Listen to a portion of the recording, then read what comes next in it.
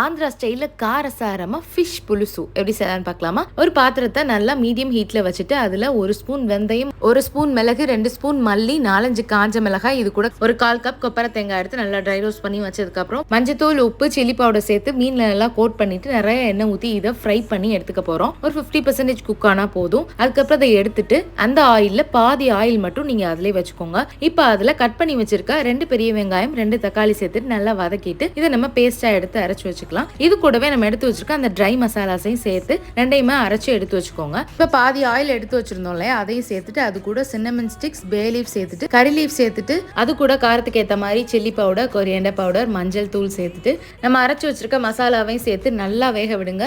இது கூட கீரி வச்ச 3 பச்சை மிளகாய் சேர்த்துட்டு சுடுதண்ணியில ஊற வச்ச புளி தண்ணி இது கூட சேர்த்துக்கோங்க. சேர்த்துட்டு எக்ஸ்ட்ரா உப்பு தேவைப்பட்டா சேர்த்துட்டு குழம்புக்கு வச்சதுக்கு அப்புறம் மீனை ஆட் பண்ணிட்டு கொத்தமல்லி போட்டு இறக்கணும்னா சூப்பரான ஃபிஷ் கறி ரெடி. பாய்.